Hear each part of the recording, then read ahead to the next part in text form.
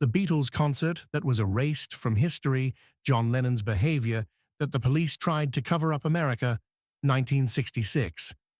A nation on the brink, its innocence shattered by war and social upheaval. The Beatles, once symbols of joy, now found themselves caught in a maelstrom of controversy. But in a forgotten city, on a sweltering summer night, John Lennon would unleash a defiance so profound, so unsettling, that authorities would conspire to erase the entire concert from history. The year is 1966. The USA was a country tearing itself apart. The Vietnam War escalated, civil rights protests flared, and a deep, generational chasm opened between the establishment and the burgeoning counterculture.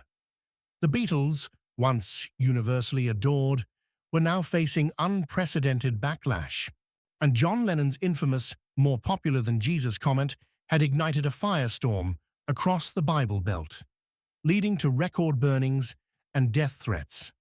Their final American tour was less a triumphant parade and more a tense, exhausting march through a hostile landscape. They traveled from city to city, their chartered plane a temporary sanctuary from the vitriol that awaited them. The stadiums, once filled with ecstatic screams, now often contained pockets of angry protesters, their signs bearing chilling messages. The press, once fawning, was now often critical, even accusatory. For John, the weight of this hostility was immense. He was a man of peace, yet constantly embroiled in controversy, his words often misunderstood, his intentions twisted. The specific city for this forgotten concert, lost to the annals of official history, it was a mid-sized industrial hub in the American heartland. A place where traditional values clashed violently with the changing times, where the Beatles' long hair and subversive lyrics were seen not as art, but as an affront. The local authorities, conservative and deeply religious, viewed the upcoming concert with a mixture of dread and suspicion. The venue itself was a cavernous, aging arena, its concrete walls echoing with the ghosts of forgotten sporting events and political rallies. The air was thick with the humid summer heat, the scent of popcorn, and an underlying current of unease. The band, exhausted and disillusioned, arrived knowing this would be another difficult night. But none of them, least of all John Lennon, could have predicted the explosive confrontation that was about to unfold, and a confrontation that would push John to a defiant act of rebellion, deemed so scandalous that the police, in a desperate attempt to maintain order and control the narrative, would orchestrate a complete erasure of the event, burying a chilling truth beneath layers of official silence. Hey, before we continue with this incredible story, I need to give you an important warning. Many subscribers have reported that YouTube has removed their subscriptions without notice. Just take a quick look at the red button below to make sure you're still subscribed to the channel. I don't want you to miss any of the exclusive content that's coming up. And while you're there, leave that powerful like that helps me a lot with the algorithm. Oh, and tell me in the comments, which city are you watching from? And I love getting to know every amazing person who is part of this community. Your participation makes all the difference. Let's interact. John Lennon. The name itself was a paradox, a global icon who yearned for truth, a peace activist caught in a storm of controversy. In the summer of 1966, amidst the escalating tensions of the Beatles' final American tour, he was a prophet in a storm, his environment a volatile mix of adulation and animosity. The backstage areas of the arenas, usually bustling with excited fans and crew, now felt like fortified bunkers, patrolled by wary security guards and stern-faced local police. He was surrounded by his bandmates, Paul, ever the diplomat, trying to smooth over the rough edges, George, increasingly withdrawn and spiritual, and Ringo, the steady heartbeat, caught in the crossfire. Yet, John felt a profound isolation, his mind churning with the hypocrisy he perceived in the world around him. His iconic round glasses, once a symbol of intellectual curiosity, now seemed to magnify the anger in the crowds, the judgment in the eyes of the authorities. His days were a blur of travel, sound checks, and tense press conferences where every word was scrutinized, every nuance twisted. He'd sit in his hotel room, the television blaring news of Vietnam, the radio playing saccharine pop songs, and a deep sense of disillusionment would settle over him. He was a man of immense wealth and influence, yet he felt powerless against the forces of conservatism and censorship that sought to silence him. The constant threats, the public burnings of their records, the palpable hostility in certain cities, all had taken their toll. John, ever the provocateur, felt a growing defiance, a burning need to lash out against the perceived injustices. He was tired of being misunderstood, tired of being a manufactured product. He yearned for authenticity, for a moment of raw, unvarnished truth, even if it meant shattering the carefully constructed illusion of the Beatles. And on this particular night, in this forgotten city, that yearning would erupt into a defiant act that would send shockwaves through the establishment, forcing the police to attempt a desperate, chilling cover-up. The atmosphere in the arena was thick with a palpable tension.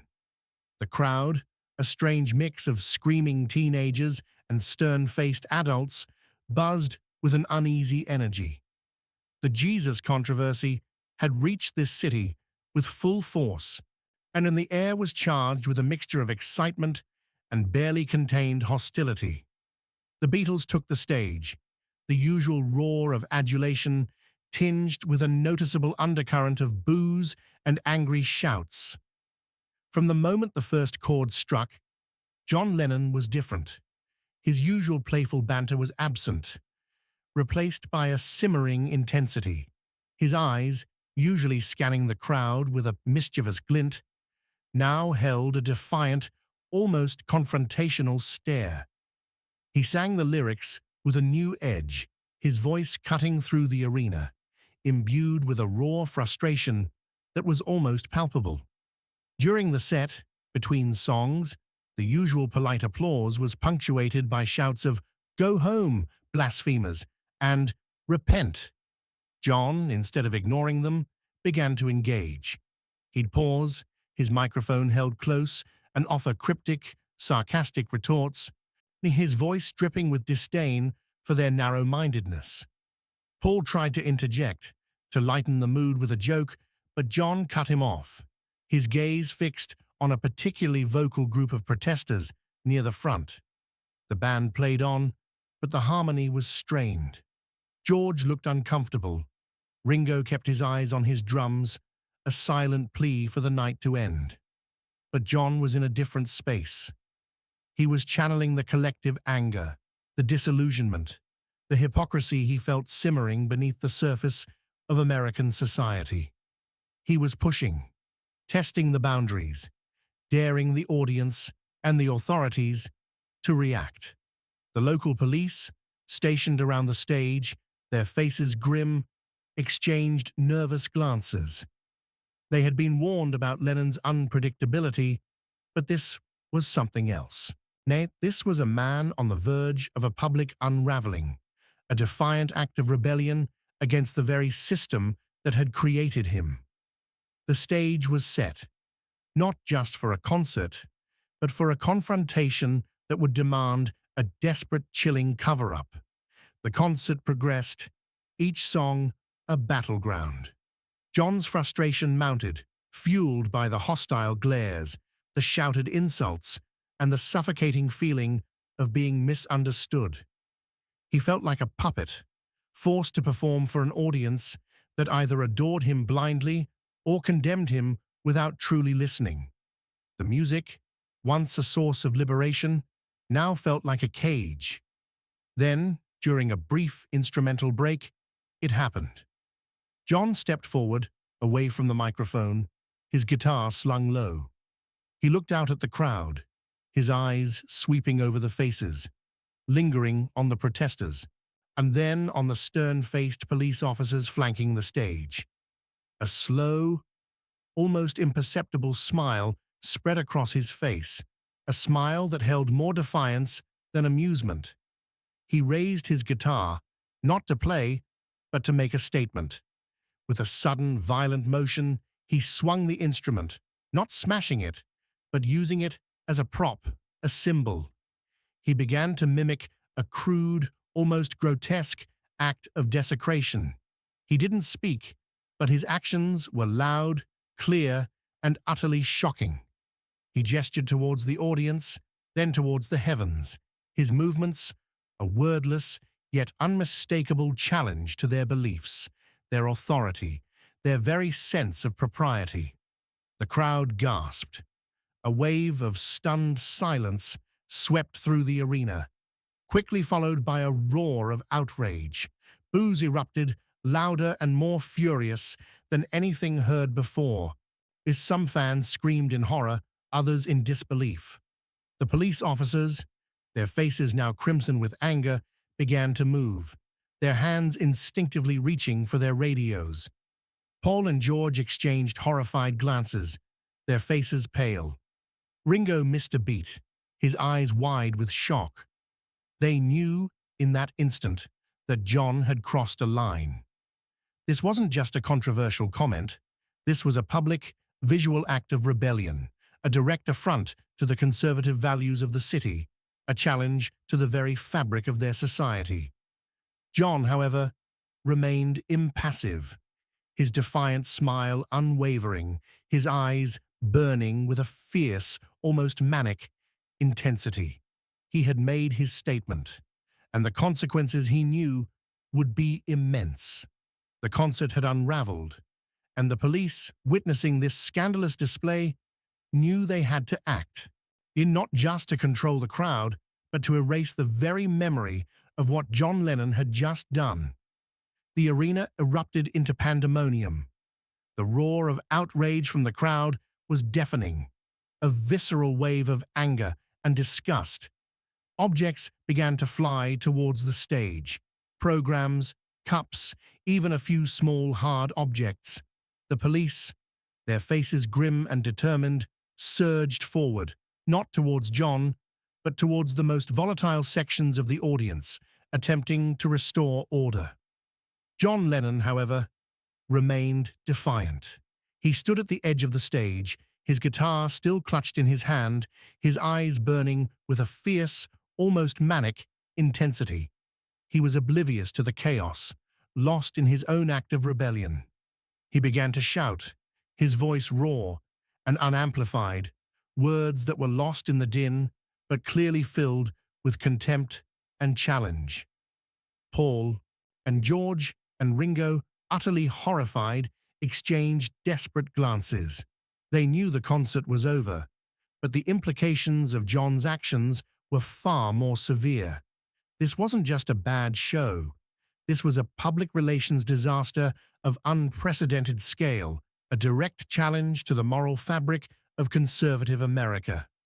Suddenly, the stage lights flickered, then died.